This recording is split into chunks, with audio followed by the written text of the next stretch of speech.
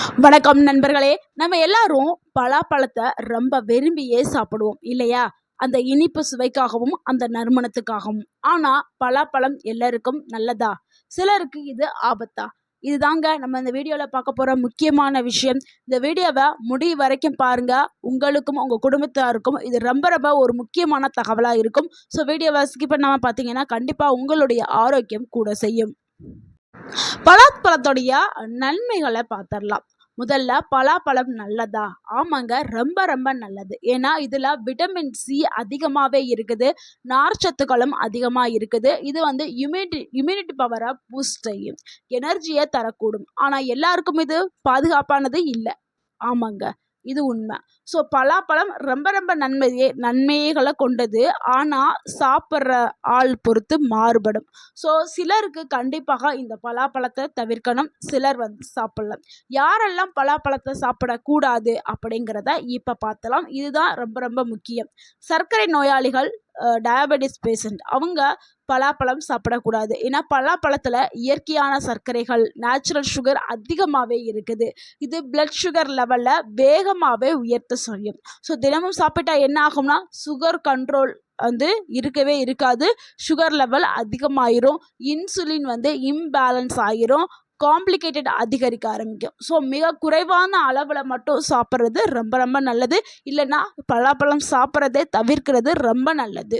அடுத்து ரெண்டாவது ஆள் யாருன்னா கிட்னி பிரச்சனை இருக்கிறவங்க. கிட்னி பேஷண்ட் வந்து பலாப்பழத்தை வந்து சாப்பிடவே கூடாது. ஏன்னா பலாப்பழத்தில் வந்து பொட்டாசியம் அதிகமாக இருக்குது. இதனால கிட்னி வந்து வீக் இருந்தால் கிட்னிக்கு ஓவர்லோட் ஆயிரும். அடுத்து ஹார்ட் ரிதம் பிரச்சனையாக ஆயிரும். இதனால டயாலிசிஸ் பேஷண்ட் கண்டிப்பாக பலாப்பழத்தை தவிர்க்கணும். மூன்றாவது நபர் யாருன்னா அலர்ஜி இருக்கக்கூடிய பீப்புள்ஸுங்க. சிலருக்கு பலாப்பழம் ஸ்மெல் கண்டாவே அலர்ஜியாகவும், சாப்பிட்டா அலர்ஜியாக இருக்கும். சிலருக்கு வந்து அரிப்பு, வீக்கம் இந்த மாதிரியாக ஏற்படும். ஸோ இவங்கெல்லாம் கண்டிப்பாக பலாப்பழத்தை சாப்பிட்றத கண்டிப்பாக தவிர்க்கணும். அடுத்து நான்காவது ஆள் என்னன்னா கர்ப்பிணி பெண்கள், ப்ரெக்னென்ட் உமன். சில சமயங்களில் அவங்க அதிகமாக சாப்பிட்டா ஹார்மோன் இம்பேலன்ஸ் ஆயிரும், டைஜஷன் ப்ராப்ளம் வந்துடும், கேஸ் ஃப்ளோட்டிங் இதெல்லாம் ஏற்படும். ஸோ அவங்க அளவாக சாப்பிட்றது ரொம்ப ரொம்ப முக்கியம். அடுத்து ஐந்தாவது ஆள் யாருன்னா வயதானவர்கள், அதாவது வீக் டைஜஷன் இருக்கக்கூடியவங்க. எது சாப்பிட்டாலும் செரிமானம் ஆகிறதுல பிரச்சனை இருக்கிறவங்க கண்டிப்பாக இந்த பழத்தை அவாய்ட் பண்ணுறது ரொம்ப ரொம்ப நல்லது. ஏன்னா செரிமான பிரச்சனை இருக்கிறவங்க இதை எடுக்கும் பொழுது இது வந்து ஹெவியான ஒரு ஃபுட்டு. இது செரிக்கிறதுக்கு டைம் எடுக்கும். அப்புறம் இதனால் உங்களுக்கு வாய்வு பிரச்சனை ஏற்படும், வயிற்றில் புடைப்பு ஏற்படும், அப்புறம் மலச்சிக்கல் பிரச்சனை ஏற்படும். ஸோ டைஜஷன் வீக்காக இருந்துச்சுன்னா அவங்க இந்த பலாப்பழத்தை தவிர்க்கிறது ரொம்ப ரொம்ப நல்லது.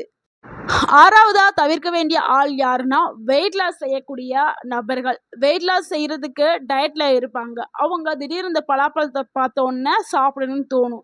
ஆனால் பலாப்பழத்தில் அதிக அளவில் கலோரிஸ் இருக்குது. ஸோ நீங்கள் வெயிட் லாஸில் இருக்கும்போது இந்த ஒரு பழத்தை நீங்கள் தொடவே கூடாது.